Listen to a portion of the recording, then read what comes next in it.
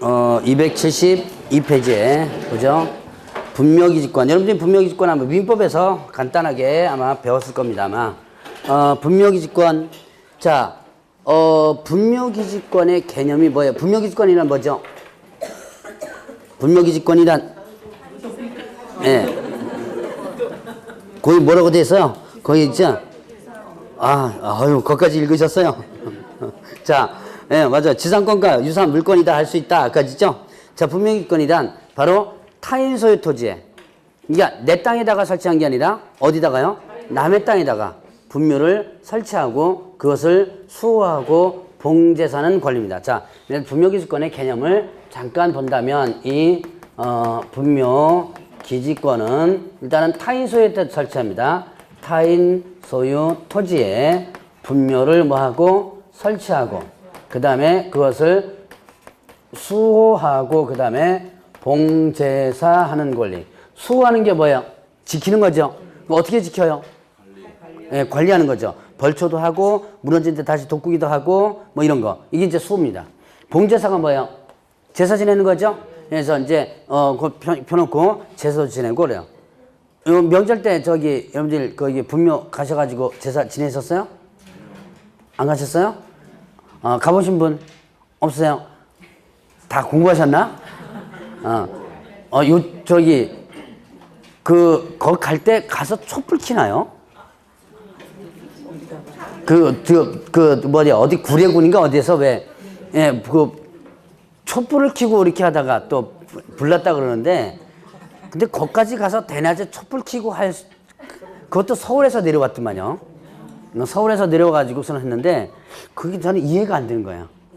촛불 켜가지고서는 한다는 게, 그게 이해가 안 돼. 어쨌든 그렇게 해가지고 제사 지내는 거, 이런 게 바로 뭐냐면, 봉제사입니다. 봉제사가 별거 아니에요. 자, 그러면, 보죠? 자, 남의 땅에다가 분묘 설치한 거예요. 그러니까 분묘기지권이 인정되는 요건을 보면, 자, 인정 요건이 있습니다. 인정 요건을 보면, 일단은 타인 소유 토지에 어떻게 돼요? 자, 허락을 받고 분묘를 설치합니다. 허락을 얻어서 한 거죠. 네 땅에다 분묘 쓰게 하는 거예요. 자, 그러면 일단 분묘기지권이 인정된다. 자, 그러면 또 하나, 자기 소유 토지에 분묘를 설치합니다. 그리고 나서 어떻게 돼요? 특별한 약정 없이 뭐 했을 때? 양도했을 때. 자, 내 땅에다가 분묘 설치해요. 내 땅에다 분묘 설치한 다음에, 자, 땅을 팔아요. 그런데 특별한 약정이 없이 뭐 했다? 양도했다. 그러면 이때 약정이라는 게 뭐예요? 약정이라는 것은 그 분묘를 이장하겠다는 약정이죠? 그런 약정 없이 그냥 팔았습니다. 그러면, 자, 그 땅을 산 매수 입장에서는 저기에 분묘라는 게 뻔히 있다는 것을 알면서도 그거를 처리하지 않고 묵시적으로 다 인정한 거죠? 그때 분묘기지권이 인정되는 거예요. 옛날에는 이런 게 많았었어요. 근데 요즘은 분묘 처리가 아주 골치 아파지니까 한 기라도 있으면 무조건 저거 안 하면 안 산다고 뻗ting입니다. 그래서 그 처리를 다 해줘야 돼요. 근데 어쨌든 옛날에는 이런 게 좀 많았었습니다. 자, 이제 이런 경우에 인정되고요. 자, 그 다음에 또 타인 소유 토지에, 자, 허락을 어떻게 돼요? 허락을 받지 않고 분묘를 설치합니다. 자, 허락을 받지 않고 분묘 설치해요. 그 다음에 또 이거를 평온 공연하게 몇 년 동안, 이건 배웠죠? 몇 년 동안? 20년. 자, 20년간 평온군에 점유했다면 분묘기지권이 인정된다. 자, 그래서 주로 여러분들 아마 이런 분묘가 많을 거예요. 자, 어쨌든 이게 20년간 평균에 점유했다면 이게 분묘기지권을 시효 취득한다. 그러니까 토지를 취득하는 게 아니고 뭐를요? 권리를 취득하는 거죠. 어떤 권리예요? 수호 봉제사 할 수 있는 권리. 자, 그 수호 봉제할 수 있는 권리가 뭐예요?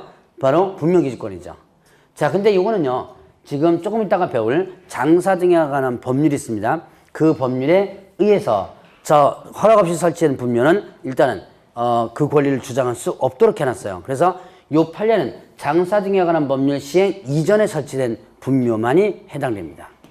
자, 그러면 이제 이렇게 인정 요건이 있고요. 성립 요건이 있습니다. 분묘기권이 성립하려면, 요게 이제 성립 요건이거나 뭐 그 의미는 없지만, 요게 성립 요건이고, 그 다음에 이제 인정 요건이 있습니다. 여기 인정. 자, 분묘기준 인정되려면 어떻게 한다? 외형상 객관적으로 인식할 수 있어야지만 된다. 자, 그러면 외형상 객관적으로 인식할 수 있어야지만 된다. 자, 뭐가 있어야 된다? 분묘에. 예, 봉분. 자, 봉분이 있어야지만 된다. 자, 봉분이 없는 분묘. 소위 말하는 뭐예요?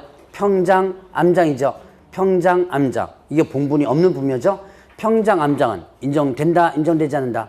예, 인정되지 않는다. 평장은 평평하게 한 거고, 암장, 이 뭐예요? 몰래 묻은 거? 암장. 여러분들 암장이라고 하는데요. 근데 뉴스에 많이 나오는 거예요. 네, 암매장이에요, 암매장. 죽여가지고 이렇게 끊어 묻은 거 있죠? 네, 그걸 암장이라고 합니다. 어떤 학원 가니까 암장이 뭐예요? 그랬더만 바위 밑에 묻은 거예요. 그러는데. 그렇게 생각할 수도 있어요. 뭐 보인돌 만드는 것도 아니고. 예, 어쨌든, 자, 암장은 우리 현재 암매장을 암장이라고 합니다. 자, 일단 평장, 암장은 인정되지 않는다. 자, 반드시 뭐가 있어야 된다? 봉분이 있어야지만 된다. 자, 근데 봉분이 있는데 이 밑에 뭐가 안장되어 있지 않다면 시신이 안장되어 있지 않다면 시신, 유골, 유발이라고 합니다. 자, 시신, 유골, 유발 등이 안장되어 있지 않은 분묘.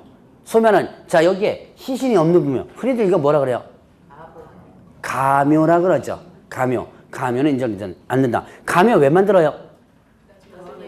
예, 일단 만들어 놨다가 내가 죽으면 거기 들어가려고 많이 만들어 놓죠. 그래서 이 가묘는 분묘기지권 인정되지 않는다 그래요. 그러면 일단은 시신은 안장되어 있는데 자, 봉분이 일시적으로 멸실됐습니다. 장마 등에 의해서 멸실되는 경우 있죠.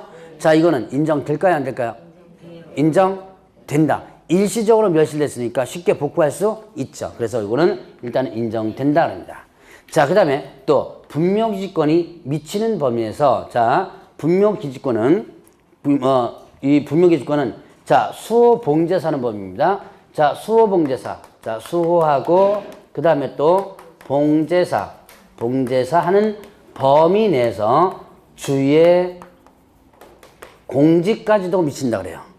자, 주위의 공지까지도 미친다. 분묘기지권은. 자, 그 주위의 공지까지도 미치는 조건이 뭐예요? 수호 봉제사가 조건입니다.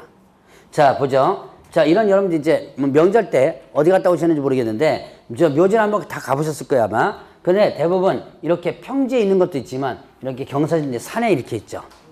자, 그러면 이때 여기 이게 뭐예요? 묘지 앞에 이렇게 쌓은 게 있죠. 이걸 석축이라 그러죠. 자, 여러분들 이렇게 산에 이렇게 보면 산 등성에 대해서면 이런 식으로 석축을 이렇게 쌓아놓죠. 자, 석축 쌓아놓은 이유가 뭐예요? 묘를 무너지지 않기 위해서 유지시키게 하는 거죠. 자, 이때 요 석축에까지도 분묘기지 미친다 그래요. 왜냐? 이 석축은 어떤 것을 하는 기능이 있어요. 수호하는 기능이 있죠. 근데 자, 판례상에 보면 석축에까지 미치지 않는다는 판례도 있어요.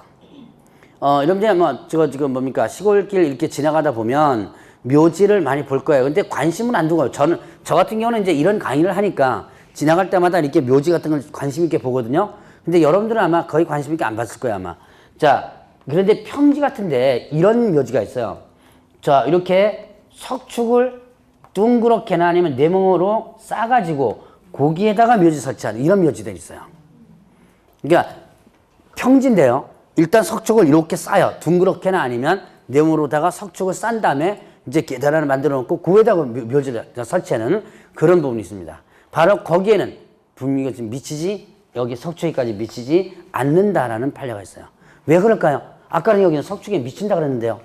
이건 미치지 않는다 그랬어요. 예, 이거는 수호봉제사 기능이 아니라는 얘기죠. 굳이 석축을 쌓지 않아도 될 이런 땅에다가 석축을 조성하여 한 경우는 여기까지 미치지 않는다라는 판례가 있습니다. 그러니까 석축에까지 미친다는 판례가 있고 미치지 않는다는 판례가 있는 거예요. 자, 그러면 이제 또 하나 사성이라고 있습니다. 여러분들이 자, 묘지 정면에서 바라볼 때 요 맨 뒤에 반달 원형으로 된 둔덕이라고 있어요. 반달 원형으로 된 둔덕. 뭔지 대충 감을 잡으셨는지 모르겠어요. 둥그렇게 왜 이렇게 해서 모양 낸 거 있죠? 그걸 뭐라냐면 사성이라는데 그 사성에까지 자, 판례사에 보면 이런 게 있습니다. 사성에까지 반드시 미치는 것은 아니다. 이 뜻은 무슨 뜻이에요? 사성에까지 반드시 미치는 것은 아니다. 이 뜻은 예, 미칠 수도 있고 예, 안 미칠 수도 있다는 거죠. 바로 뭐냐면 이 사성이 어떤 기능을 하느냐 안 하느냐의 차이점이에요. 이 기능을 하느냐 안 하느냐. 자, 이런 경사진대는요. 사성을 조성해 놓으면 어떤 기능이 있어요? 예, 일단 비가 왔을 때 물이 이렇게 대부분 흘러내려갈 때 이 사성에서 어느 정도 막아주죠. 예, 그 다음에 또 토사 같은 거 흘리는 것도 어느 정도 막아주죠. 어떤 기능이 있어요? 수호의 기능이 있죠. 그런데 평지에다가 만약에 사성을 만들어 보세요. 의미가 있어 없어요? 없죠. 바로 여기를 얘기하는 거예요. 자, 판례상에서 보면 그 사건이 뭐냐면 평지에서 일어난 사건인데요.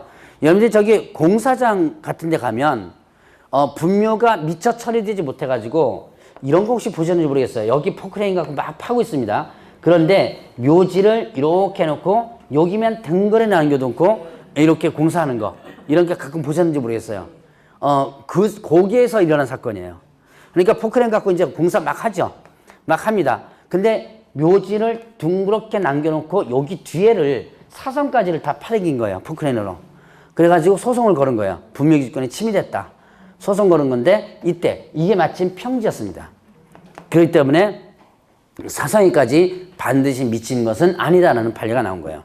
그러면 이거는 수호봉제에서의 기능이 없다라고 본 거죠. 자, 그러니까 이 주위의 공지까지 미친다라고 한 것은 이거는 항상 언제 어떤 전제 조건이 있다? 수호봉제사라는 전제 조건을 가지고 있다라고 보시면 돼요. 자, 그리고 분묘기지권이 미치는 범위 내에서 새로운 분묘를 설치하지 못해요. 자, 이렇게 분묘기지권 타인소유 토지를 좀 점유하고 있는 중이죠. 근데 이쪽을 봉분을 절개해가지고 자, 합장을 위해서 관 하나를 더 묻을 수 없다. 시신을 묻을 수 없습니다. 자, 그 다음에 옆에다가 이렇게 쌍분을 설치할 수도 없어요. 그러니까 분묘기지권이란 어떤 권리예요? 기존에 있는 것을 뭐 하는 권리? 수호봉제사할 권리일 뿐이지 그걸 절개시켜가지고 시신을 다 넣거나 아니면 옆에다가 봉분 하나 더 만들거나 할 권리는 없다는 얘기예요. 그래서 쌍분, 단분을 설치할 수 없다. 자, 제가 거의 분묘기지권과 관련된 부분을 한 몇 개 빼놓고는 설명을 일단 다 드렸습니다. 그래서 분묘기지권은 요 정도까지만 한번 설명을 해드리고 자, 나머지는 다음 파트 때 좀 더 상세하게 설명을 드리죠. 자, 일단 여러분들 274페이지를 보세요. 거기 보니까 뭐가 나오냐면 장사 등에 관한 법률이 나옵니다. 장사. 그러니까 여러분들이 이 분묘기지권과 장사 등에 관한 법률이 같이 나와요. 문제가. 같이 나오기도 하고 따로 나오기도 하는데 대부분 같이 섞여서 나오기도 합니다. 자, 보죠. 거기 보니까 자, 이 장사 등에는 장사라는 게 뭐야? 장례 지내는 건 장사라 그러죠? 자, 거기 보니까 매장을 한 자는 매장 후 며칠 이내에 신고하라 그랬어요? 30일 이내 시장 등에 신고하라. 시험 문제 하면 나왔던 문장입니다. 그래서 여러분들이 매장을 하면요. 항상 신고해 줘야 돼요. 30일 이내에 신고를 하라. 자, 그러면 이제 또 묘지와 자연장이 있는데 요걸 한번 보고 넘어가죠. 자, 면적들 한번 보고 넘어가겠습니다. 자, 묘지는 일단은 공설묘지와 공설묘지, 그 다음에 또 사설묘지 이렇게 있습니다. 공설묘지는 시군에서 운영하는 거고 사설묘지는 일단 법인묘지, 그 다음에 또 종중문중묘지, 그 다음에 또 가족묘지, 그 다음에 또 개인묘지 이렇게 나와요. 법인묘지는 10만 제곱미터 이상을 조성해 주면 됩니다. 10만 제곱미터 이상. 여러분이 법인묘지는 여러분 묘지 공원 있죠? 그걸 얘기하는 거죠. 묘지공원. 요거는 10만 제곱미터 이상. 자, 그리고 시장 등에 뭘 받는다? 허가를 받아주면 됩니다. 허가 대상이에요. 요즘은 자, 묘지를 설치하는 것을 억제하나요? 권장하나요? 억제하죠? 그렇기 때문에 허가 잘 안 나요. 근데 허가만 냈다면 돈 되는 장사입니다. 아직도 땅속에 묻히려고 하는 사람 많아요. 여러분들은 땅속에 들어갈래요? 불속에 들어갈래요? 땅속에 들어가실래요? 땅 준비 좀 하셔야 되겠네, 그러면. 근데 그건 몰라요. 누가 알아요? 예, 내 새끼들이 알죠? 예, 그리고 뭐, 내가 땅속에 들어간다고 해서, 들어가고 싶다고 해서, 내가 죽으면 어떻게 될지 모르죠? 어쨌든, 요즘 장사가 되게 잘 된다고 합니다. 아직도 땅속에 들어가려고 하는 사람들이 많은가 봐요. 허가만 났다면 이게 돈 번대요. 그래서 이게 사실 비리가 좀 많아요. 제가 언젠가 한번 그 허가와 관련된 부분 얘기해서 잠깐 얘기했을 거예요. 아마 파주 쪽에서 이거 허가에서 담당 공무가 뇌물 주고받다가 걸린 적도 있고 그래요. 자, 어쨌든 지금 묘지, 법인 묘지는 10만 제곱미터 이상이고 시장 등에 뭘 받는다? 허가 받는다. 자, 종종민족 묘지는 1,000 제곱미터 이하, 이내로 조성돼 줘야 되고요. 마찬가지로 허가 받아야 돼요. 그 다음에 가족묘지는요. 자, 이거는 100 제곱미터 이하로 조성돼 줘야지면 되고요. 가족은 직계 존비속을 보면 됩니다. 직계 존속과 뭐예요? 비속. 비속이 뭐예요? 저 처가 쪽이죠. 그래서 직계 존비속에 대한 묘지입니다. 100제곱미터 이하고 이것도 마찬가지 시장 내 허가 받아요. 자, 그러면 개인 묘지 면적은요. 30제곱미터 이하로 조성돼 줘야지면 되고요. 이거는 설치 후 30일 이내에 뭐 한다? 신고를 하면 됩니다. 요거는 합장까지가 포함된 개념이고요. 자, 그러면 이때 가족묘지, 종족묘지, 법인묘지, 건설묘지는 묘지에 분묘가 여러 개의 분묘가 있죠? 여러 개의 봉분이 있는 거죠. 그러면 이때 분묘일기당, 자, 분묘일기당 소유면적은 10제곱미터입니다. 제곱미터 이하고요. 자, 그 다음에 합장은요. 합장은 15제곱미터 이하 이렇게 돼 있어요. 자, 이때 분묘일기당 소유면적은 10제곱미터인데 여러분들 공동묘지가 하면 개인묘지보다 봉분이 어떻게 돼요? 작죠? 예, 그거는 작게 만들으라고 이렇게 해놓은 거기 때문에 그래요. 요게 시험 문제 2번 나왔고요. 요 개인묘지와 관련된 부분이 벌써 한 5번 정도 나왔어요. 별거 다 나오죠? 시험 문제 제과목은 별게 다 나옵니다. 그러니까 이런 것들 여러분들이 일단 체크를 일단 해놓고 넘어가시라. 당장 머릿속에 다 기억하려고 하지 말고 제가 지금 이렇게 정리해 주는 것은 눈에 익혀주라고 정리하는 거예요.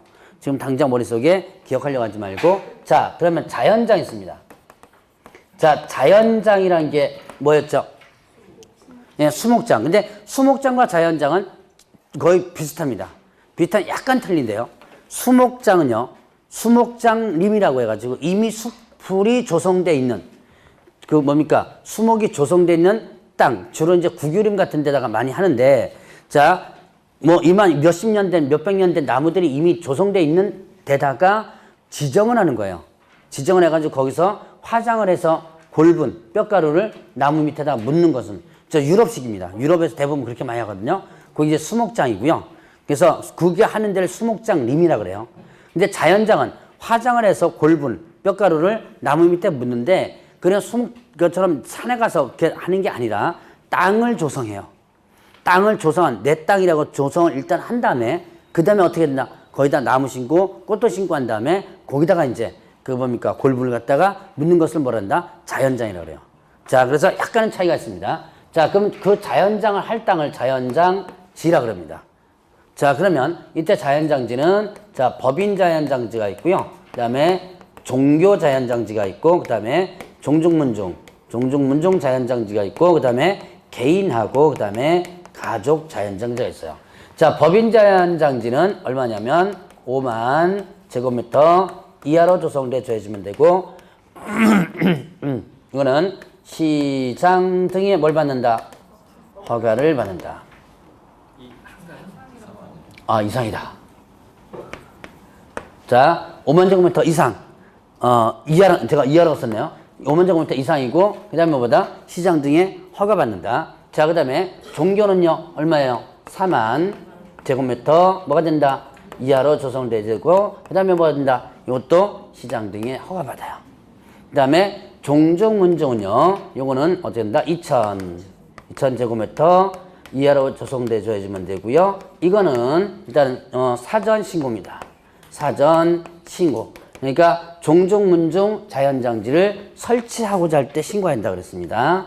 자, 그 다음에 가족 개인이 있습니다. 이거는 100제곱미터 미만으로 조성되는데 일단 개인 가족은 100제곱미터 미만이에요. 그런데 이게 다시 두 가지로 나눠져요. 이제 가족과 그 다음에 개인으로 나눠지는데 이 세부적인 것은 사실은 그렇게 크게 기억 안 해도 되지만 어쨌든 적어 놓겠습니다. 가족은 얼마냐면 자 100제곱미터 미만이고요. 그 다음에 사전신고. 사전 신고고요. 그 다음에 개인 같은 경우는 30제곱미터 미만이고 이거는 설치 후 며칠이네? 30일에 뭐한다? 30일 이내에 신고한다. 자, 일단 여러분들 그저 보면 그 가족 자녀 275페이지 맨 밑에 있죠? 그러니까 개인 가족 자연장지를 한꺼번에 묶어서 100제곱미터 미만 것으로서 일구의 유고를 자연장하거나 친족에 관계했던 유고를 자연장할 수 있는 구역을 만든다. 한꺼번에 묶어놨어요. 그래 놓고 나서 세부적으로 보면 일단은 그 개인과 가족을 세부적으로 다시 분리시켜 놓습니다. 자, 그래서 이렇게 일단 구분을 보시고요. 종족문종 요게 시험 문제 한번 나왔었어요.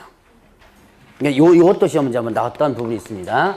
자, 일단 묘지와 자연장지 그 두 가지를 일단 여러분들이 비교를 해서 일단 기억해놔야 돼요. 면적의 차이가 있죠. 면적의 차이가 있는 거, 제도의 차이가 있는 거, 이런 거. 자, 종족문종 묘지는 허가받아야 되는데 얘는 뭐예요?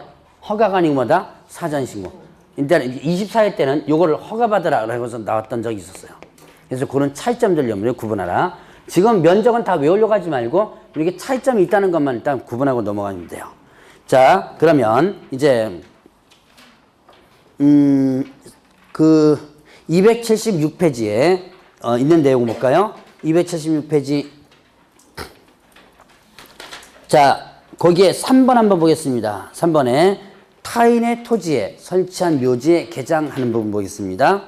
자, 타인 소유 토지에 허락 없이, 거기에 기업과 니은 한번 보세요. 타인 소유 토지에 허락 없이 분묘를 설치합니다. 승낙 없이 분묘를 설치했다면, 그 다음에 또, 자, 니은 부분 보세요. 묘지 설치자 또는 연고자 승낙 없이 당의 묘지에 설치한 분묘.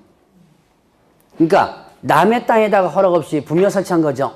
또, 남의 묘지에다가 어떻게 한 거예요? 분묘를 설치한 거죠. 그러면 어떻게 한다? 이제는 허락 없이 이렇게 분묘를 설치했다면, 그거를 개장할 수가 있습니다.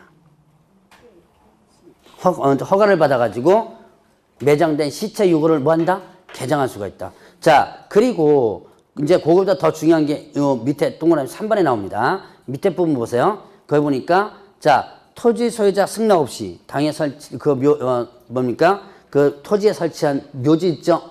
이때는 끝에 뭐라 그랬어요? 그 권리를 주장할 수 없다라고 나오죠. 그러면 결국은 남의 토지에다가 허락 없이 분묘를 설치했습니다. 그럼 어떻게 된다? 그러면 자, 분묘 기지권이 발생한다. 발생되지 않는다? 예, 발생되지 않는다. 그래서 분묘 기지권 발생되지 않는다. 자, 아까 여기에서 한번 봤죠? 어디 갔냐? 자, 타인 소유 토지에 허락 없이 분묘 설치한 경우 몇 년간? 20년간. 평온기간에 점유했다면 취득된다 그랬죠? 요게 장사 등에 관한 법률 시행 이후에 설치된 분묘는 적용 안 된다라는 부분이에요. 자, 그 내용이 여기 276페이지 내용이고, 자, 277페이지 보면 분묘의 설치 기간이 나옵니다. 요것도 시험 문제 몇 번 나왔던 것 중에 하나인데, 자, 분묘의 설치 기간 몇 년으로 한다 그랬어요? 설치 기간 몇 년? 30년 있죠? 30년. 자, 그러니까 분묘 설치 기간 일단 30년을 하고, 그 다음에 30년씩 1년해서 어떻게 한다? 연장할 수 있죠. 연장하고자 하는 경우는 30년 1년에서 연장할 수 있다. 그러니까 최장 몇 년간 설치할 수 있다? 60년간 설치할 수 있다. 그러면 그 60년 기간이 끝납니다. 이제 30년 지나면요. 30년 이제 연락 와요. 연장할 거냐 연락 옵니다. 그 연장한다 그러면 몇 년까지 더 연장 가능해요? 30년 동안 연장 가능하죠. 그래 놓으면 또 이제 그 30년 지난 뒤에는 또 연락 옵니다. 파가라고 연락 옵니다. 그 밑에, 맨 밑에 설치기간이 종료되는 경우 나오죠?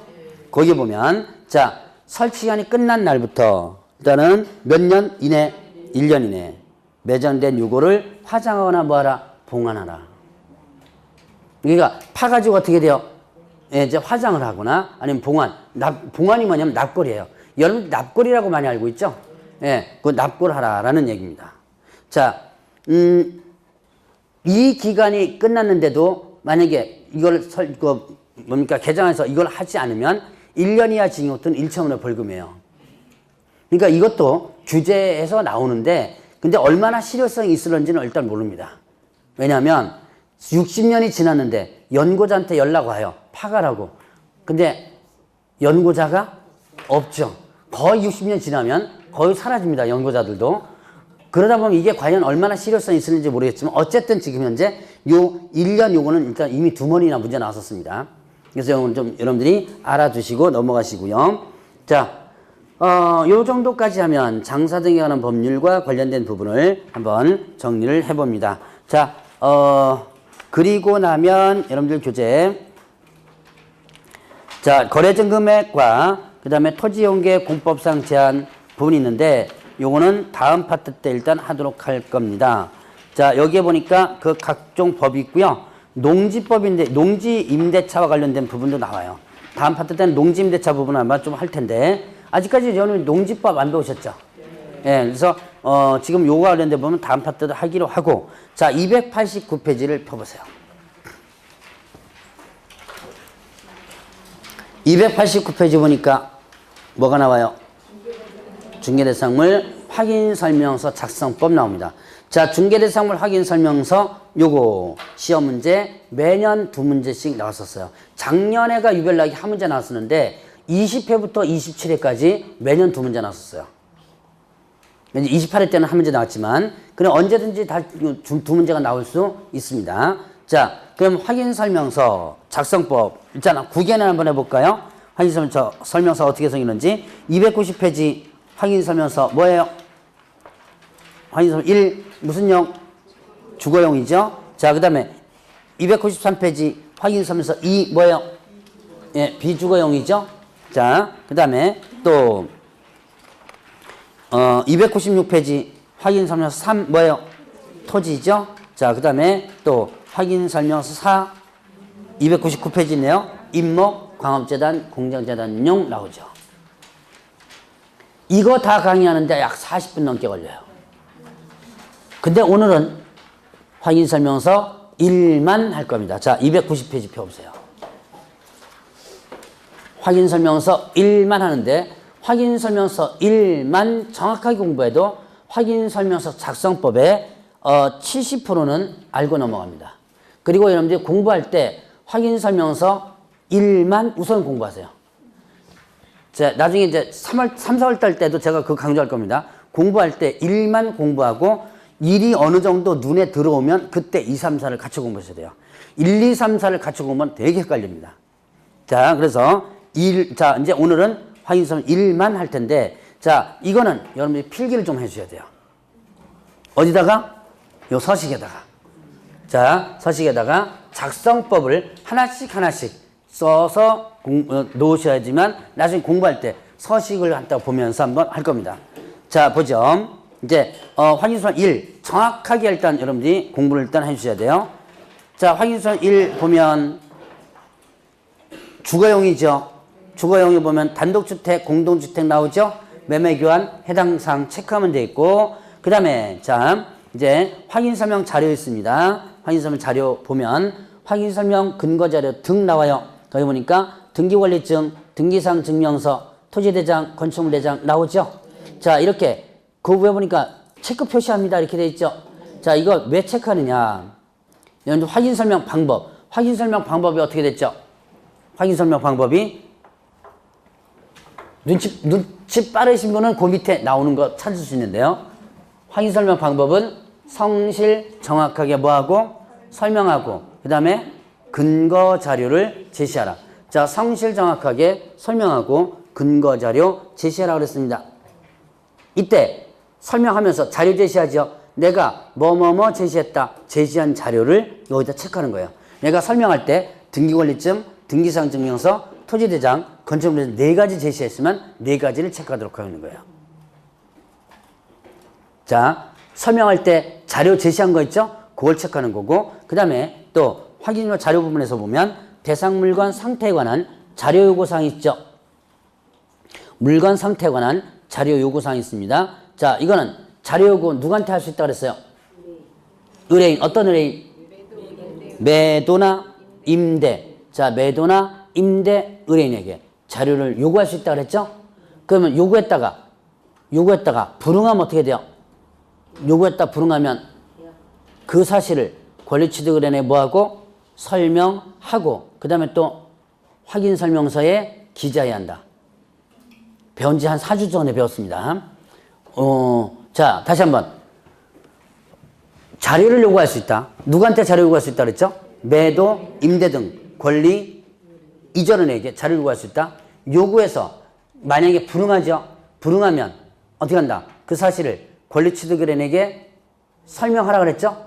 불응한 사실 설명하고 그 다음에 확인 설명서에 기재하라 그랬죠? 여기다 기재하는 거예요. 불응사실 기재. 자료 요구. 자, 이렇게 써놓으면 돼요. 자료 요구 시 불응사실 기재.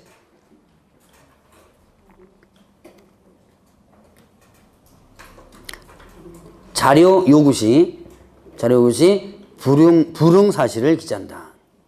뭐뭐뭐 자료 요구했는데 거기에 대한 불응했다 뭐 이런 걸 기재하면 돼요. 자, 그러면 이제 290페이지 거기 이제 큰 제목으로 보죠. 개업 공인중개사 기본 확인사항 있죠. 개업 공인중개사 기본 확인사항 여기 옆에다가 개업 공인중개사가 확인하여 기재. 개업 공인중개사가 확인하여 기재. 확인하여 기재. 발음이 좀 시원치 않은가 봐요. 자, 개업 공인중개사가 확인하여 기재. 자, 이거 기본 확인사항은 누가 확인하는 거다? 개업 공인중개사가 확인하는 겁니다. 자, 그러면 일단 1번에 보죠. 대상물건 표시란이 있습니다. 토지 건축물 있죠? 토지 건축물 이거 뭐 갖고 확인하면 되겠어요? 토지대장, 건축물대장. 그 옆에다가 그 대상물 표시란 그 밑에 공간에서 써놓으세요. 토지대장, 건축물대장 확인. 토지대장, 건축물대장 확인 써놓으시고 자, 그 다음에 자, 이제 토지 부분 보죠. 토지 부분 보니까 소재지 면적 지목 있죠? 소재지 면적 지목. 자, 지목 보세요. 실제 이용 상태까지 기재하도록 하고 있죠? 아까 제가 여기에서 중개련 조사 확인 방법에서 현장 확인을 꼭 가보라 그랬죠? 그 내용이고요. 자, 건축물 부분에 보면 전용 면적 있습니다. 대지 지분 있고요. 준공연도. 자, 다 이제 대장을 보면 돼요. 용도 보세요. 보니까 뭐라고 됐어요? 대장사의 용도와 그 다음에 또 실제 용도. 실제 용도가 뭔지도 확인하라 그랬죠? 그 다음에 구조 있고 방향. 자, 방향에다가 일단은 그 옆으로 쭉 빼면 공간이 좀 남죠? 거기다가 한번 써보시기 바랍니다. 자, 방향은 주거 비족을 한꺼번에 쓰죠. 자, 방향은 자, 주거용은요. 주거용은 주실을 기준으로 합니다. 자, 주실은 일단은 거실이나 아니면 안방을 얘기합니다. 거실, 안방 등 주실을 기준으로 방향을 잡고 그 다음에 비주거용은 일단은 뭐를 자, 주출입구 통해서 주출입구를 기준으로 한다. 자, 그 다음에 또 이제 방향이 불분명하다면 이때는 기준을 명시하라. 기준을 명시하라 이렇게 됐습니다. 자, 다시 한번 주거용은 뭘 기준으로 방향을 잡아요? 주실. 주실이 뭐예요? 거실이나 안방. 거실이 없는 경우는 뭐예요? 안방을 중심으로 방향을 잡아라. 자, 그 다음에 비주거용은 뭘 중심으로? 출구. 자, 출입구. 주출입구. 자, 주출입구. 이 건물의 주출입구가 어디예요? 여러분들 이 건물 지금 들어왔다 갔다 하죠? 주출입구를 어디를 주출입구 해야 돼? 출입구가 양쪽에 있는 것 같은데?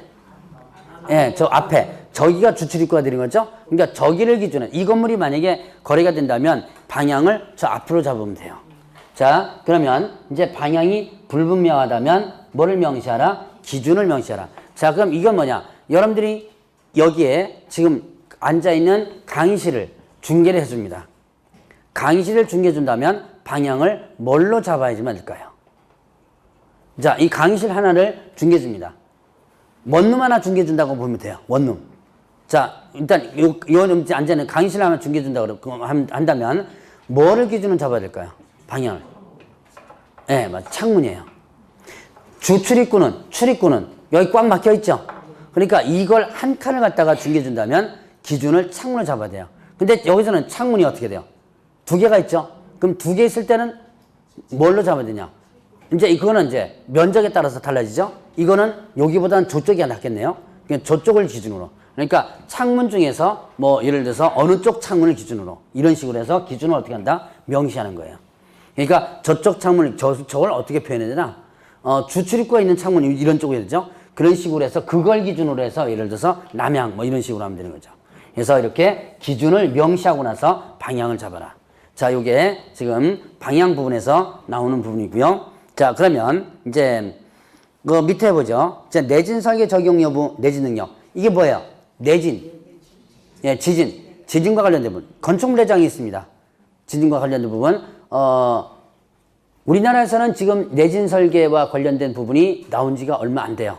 그래서 건물 중에서 아마 그런 건물들이 많이 없겠지만 어쨌든 있는지 없는지 체크를 하도록 하고 있고 그 다음에 위반 건축물 여부 있는지 없는지 체크를 하도록 합니다. 자, 요까지가 이제 대상물건 표시란이고 그 다음에 권리관계 있습니다. 권리관계는 등기부기재사항이 있고요. 자, 등기부기재사항이 있는데 소유권에 관한 사항과 소유권 외 권리관계사항, 소유권에 관한 사항 등기부 뭘 통해서? 갑구. 소유권 외에는요? 을구. 자, 그러면 을구란에 기재되는 거겠죠? 자, 소유권 외 권리관계사항, 권리사항이 있죠? 거기 밑에다가 자, 근저당 해놓고 근저당 채권 최고액 확인. 자, 소유권 외 권리관계사항 있죠? 자, 등기부기재사항 소유권에 관한 사항과 소유권 외 있죠? 소유권 외 그 밑에 토지 건축물 공간에 아무데나 근저당 적었어요? 이게 아까 배웠던 거 근저당은 뭐를 확인하면 된다 그랬어요? 예, 채권 최고액 확인하면 된다 그랬죠? 그래서 이거다가 근저당 해놓고 채권 최고액 확인. 그래서 채권 최고액을 확인하여 기재하면 됩니다. 자, 그러면 이제 토지 이용 계획과 공법상 제한사항 부분을 보겠습니다. 자, 토지 이용 계획, 토지 이용 계획, 그 다음에 또 공법상 제한사항이 있습니다. 이거는 임대차의 경우, 임대차의 경우에는 생략할 수 있다. 요거 하나 적어 놓으세요. 요 토지 이용 계획과 그 제목 있죠? 제목 밑에다가 임대차의 경우보다 생략할 수 있다. 자, 지금 하나씩 적으면서 보라 그랬죠? 제가 필기하지 말라고 그랬는데 요거는 꼭 필기 좀 해주셔야 돼요. 그래서 여러분들이 공부할 때 그 필기한 사항들을 하나씩 보면서 보셔야지만 됩니다. 자, 토지 이용 계획과 공법상 제한사항은 뭔다? 임대차의 경우 어떻게 한다? 생략할 수 있다.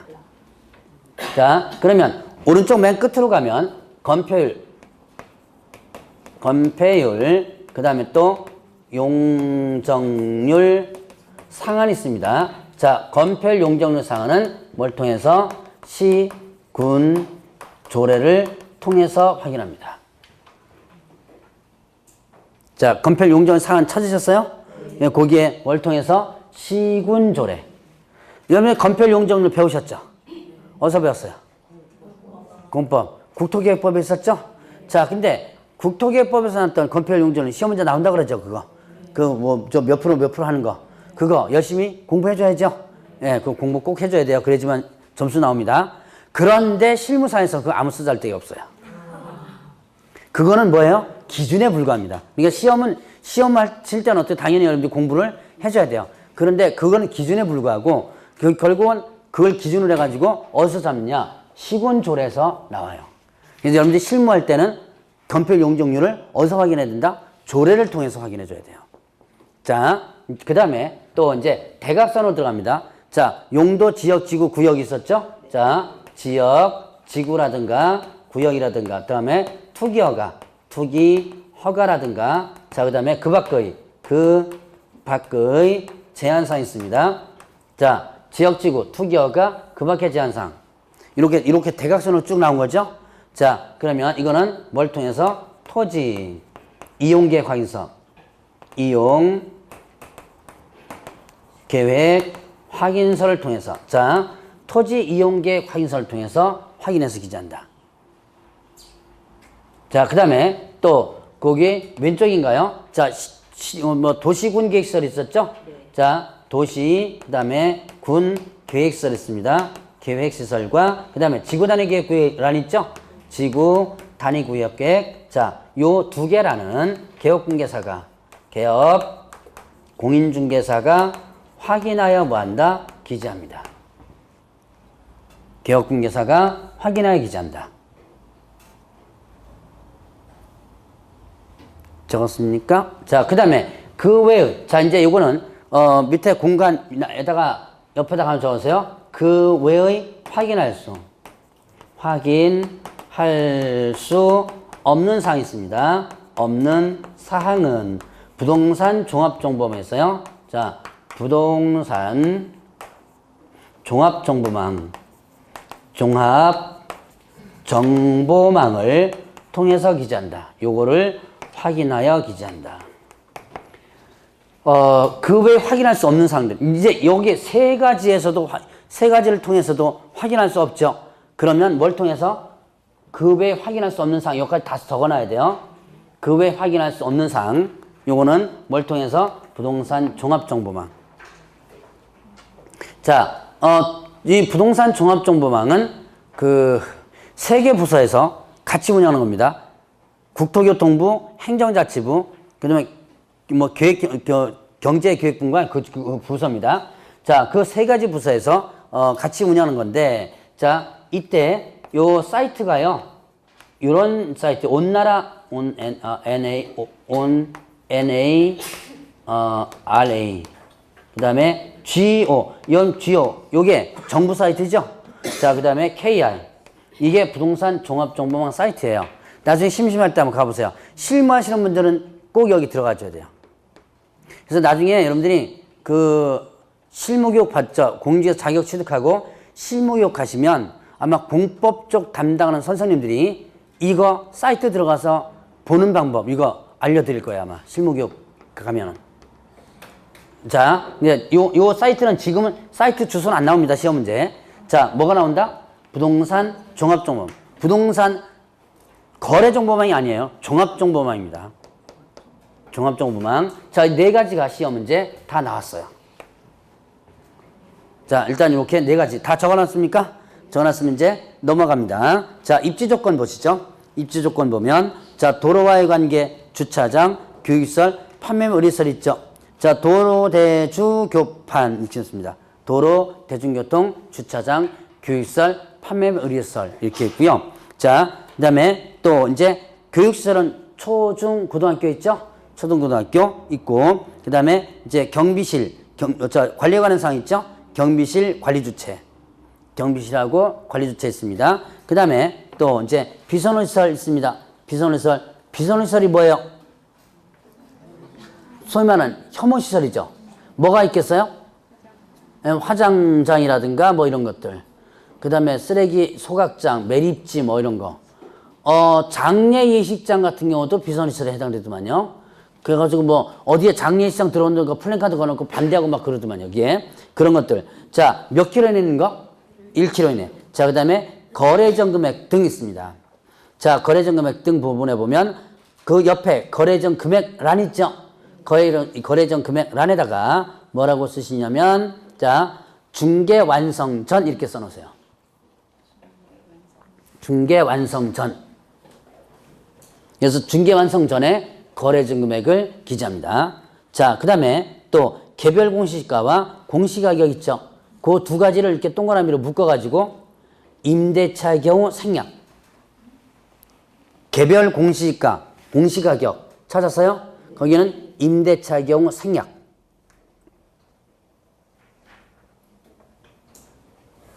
자, 이렇게 한번 적어 놓으시고요. 자, 그 다음에 또 취득시 부담할 조세 종류 세율 있죠?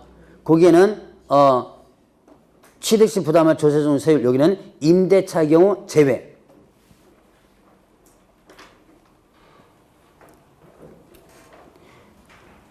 한 회에 2문제씩 나왔다 그랬죠? 20회부터. 그러니까 제가 지금 얘기한 건데 거의 다 지문에 다 나왔던 부분들이에요.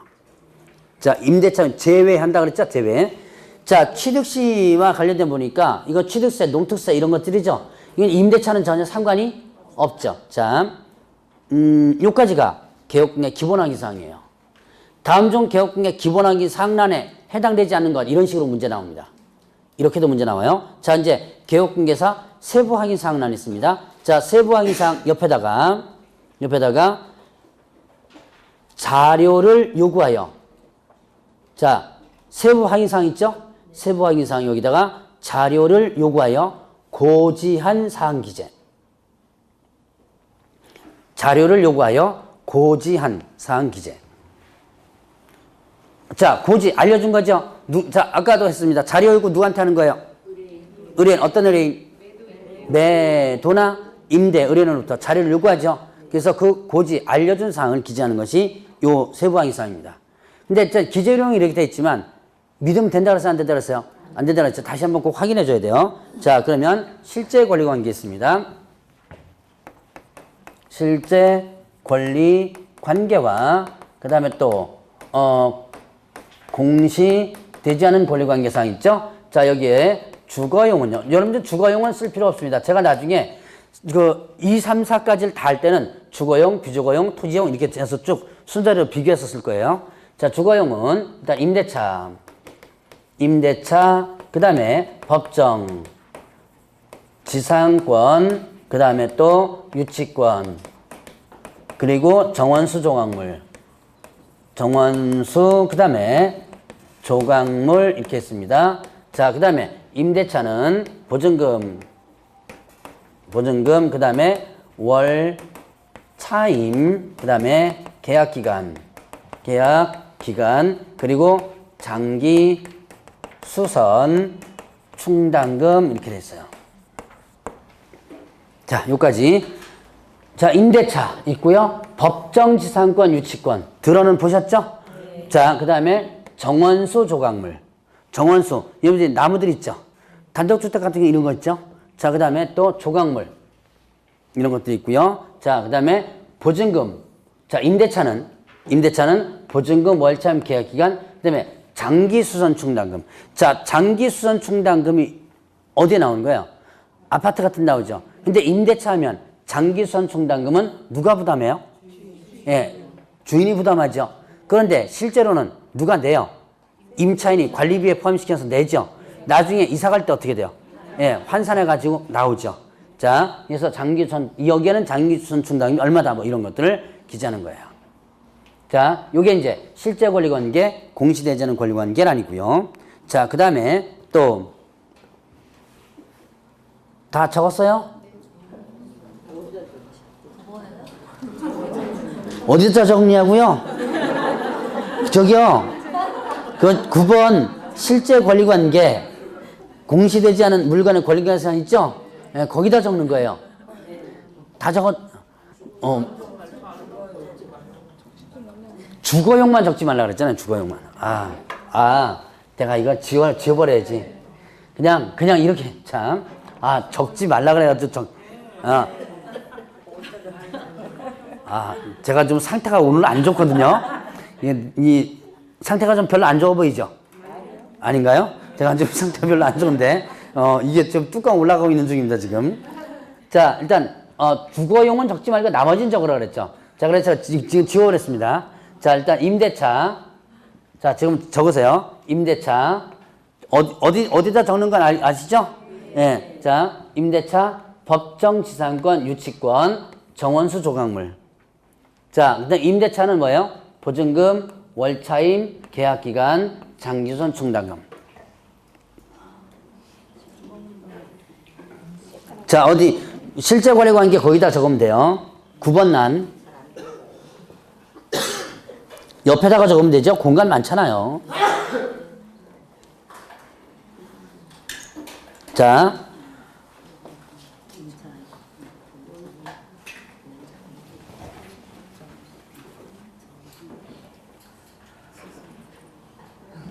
이렇게 이제 한번 적어 놓으면 3, 4월 달은 여러분 편해요. 3, 4월 달에는 이제 확인선 1을 중심으로 해서 2, 3, 4는 자, 확인선 1에 있습니다. 1에 있습니다. 똑같습니다. 그러면서 넘어가거든요. 이 뒤에는 공통되는 부분이 많아요. 차이점만 구분하고 넘어갈 거니까 그래서 1만 적어 놓으면 여러분들이 좀 편할 겁니다. 자, 이제 다 적었으면 이제 다음으로 넘어갑니다. 내부 설문 상태 넣으라죠. 자, 내부 설문 상태 10번 난이죠. 그러니까 수도, 전기, 가스, 소방 나옵니다. 소방. 자, 수도, 전기, 가스 파손 여부들 쭉 나오고요. 소방 부분에 보세요. 단독 경보용 감지기 있죠. 자, 그 옆에 좀 글자가 좀 작은데, 자, 거기 단독 경보용 감지기 그 옆에 보니까, 자, 화재 예방 소방시설 설치 유지 및 관리, 안전관리에 관한 법률 쭉 나오죠. 자, 밑줄 쳐놓은데 주택용 찾았어요? 주택용부터 밑줄 치세요. 주택용 소방시설로서 아파트를 제외한 주택의 경우에만 작성합니다. 글자가 좀 깨알 같죠? 자, 두 번째 줄 보면 주택용 두 번째 줄 끝에 주택용 소방시설로서 아파트를 제외한 주택의 경우만 작성합니다. 라고 됐습니다. 자, 그러면, 자, 밀턴 쳐놨으면, 자, 단독 경보용 감지기 하는데요. 제가 아까 강의하면서 보니까 저기 하나가 있네요. 저기 그 스피커 있는데 그 가운데쯤. 시계 있는 데까지 쳐다볼 필요가 없이 여기 있죠? 그리고 저쪽에 있나? 대충 적어야 저건데, 대충 봤어요? 여기도 있나? 보자. 어디 보자. 없나? 자, 여러분들이 여기엔 지금 하나밖에 안 보이는데, 자, 여기 그 가운데 스피커 있죠? 스피커 있는데 보면 그 동그랗게 나온 게 있을 거예요. 그게 뭐냐면 단독 경보용 감지기입니다. 이거 어디서 본 것 같지 않아요? 여러분들이 아파트에 가면 다 방 한 칸마다 다 있죠? 자, 근데 여기 보니까, 자, 이제 저게 단독 경보용 감지기입니다. 그러면 여기 아까 밑줄 친 거 보세요. 아파트를 제외한 주택의 경우면 작성합니다 그랬죠? 근데 아파트에 있는데 왜 이거 확인 안 하고 아파트를 제외한 그랬어요? 그렇죠. 아파트는 의무적으로 설치하는 겁니다. 아파트를 건설에서는 단독 경보용 감지기를 의무적으로 설치하도록 되어 있어요. 그렇기 때문에 굳이 아파트는 확인할 필요가 없다는 얘기예요. 그리고 뭐만 아파트를 제외한 주택에만 이걸 갖다가 확인하는 거예요. 자, 그래서 단독 경보용 감지기는 시험 문제 나올 가능성이 상당히 높아요. 자, 그러면 또 난방방식 연료 공급, 승강기 배수 쭉 상태 체크하면 되어 있고요. 자, 그 밖의 썰물 보겠습니다. 자, 그 밖의 시설물 있어요. 그 밖의 썰물은 일단 자, 뭡니까? 주거용은 뭐냐면 가정 자동화 시설, 그 다음에 그 외의 IT 시설을 쓰면 IT 시설을 기재한다 이렇게 됐습니다. 자, 가정 자동화 시설 홈 오토메이션이라고 그래요. 홈 오토메이션. 자, 가정 자동화 시설. 여러분들 혹시 집에 설치되는지 모르겠습니다. 저희 집에는 없어요. 텔레비전 없으니까 이제 텔레비전 보면 텔레비전과 예를 듭니다. 왜 리모컨 갖고 창문도 열리고 커튼도 열리고 뭐 이런 거 있죠. 왜? 자, 핸드폰 갖고 밖에서 다 조정하고 하는 거 있죠. 그게 바로 가정 자동화 시설입니다. 홈 오토메이션. 자, 그게 있는지 없는지 확인하고 IT 시설의 대표적인 것이 뭐냐면 단독주택 같은 경우는 CC 있죠. 왜? 그런 것들을 여기다가 확인해서 기재하면 돼요. 자, 그러면 이제 벽면 도배 상태 체크하면 되어 있고요. 환경 조건 있죠. 환경 조건을 보니까 일조 소음, 그 다음에 뭐가 나와요? 진동. 자, 이 옆에 보니까 진동 나오죠. 진동 조그맣게 나왔는데 진동도 환경 조건에 해당됩니다. 진동에다 동그라미 쳐보세요. 찾았어요? 네. 그러니까 일조 소음, 그 다음에 뭐예요? 진동까지. 일조 소음, 진동까지가 환경 조건에 해당됩니다.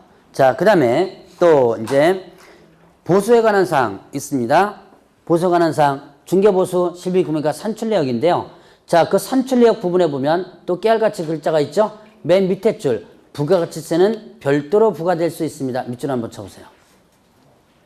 부가가치세는 별도로 부과될 수 있습니다. 밑줄 쳐놓으시고, 자, 그리고 나면 이제 밑으로 내려간다. 매도인과 매수인란 보세요. 매도인과 매수인란 보면 서명 뭐라고 됐어요? 끝에 매도인과 매수인란 끝에 보니까 서명 또는 이렇게 돼 있죠. 자, 그러면 개업공개사하고 소속공개사는요, 서명 및 이렇게 돼 있죠. 자, 그 또는과 및 체크를 해 놓으시고요. 자, 시험 문제 나왔습니다. 또는하고 및하고. 이제 3월 달부터는 이제 이런 거 또는 및 이런 거 구분 다 하나씩 할 거예요, 아마. 자, 요까지가 확인서면서 1작성법이에요. 자, 다음 파트에는 제가 이렇게 필기를 이렇게 실간을 하는 것보다는 여기다가 판사가면서 그냥 할 건데 여러분들 이제 어느 정도 적었으니까 요걸 중심으로 일단 공부를 하시면 돼요. 자, 그리고 이제 2, 3, 4는 다음 파트 때 하기로 하고요. 자, 그러면 이제 뒤로 쭉 넘어가셔서 이제 그 뒤에 가면 계약 실무가 있는데 계약 체결 요거는 그렇게 크게 중요한 게 아닌데 요거는 이제 다음 파트 때 한번 간단하게 다루고 넘어가겠습니다. 자, 마지막 시간에 뭐 할 거냐면 317페이지. 317페이지 펴셨어요? 그건 뭐 나와요? 예, 자, 주택임대처분법 있죠? 마지막 시간에는 주택임대처분법에 대해서 일단 보도록 하겠습니다. 좀 쉬었다 하시죠.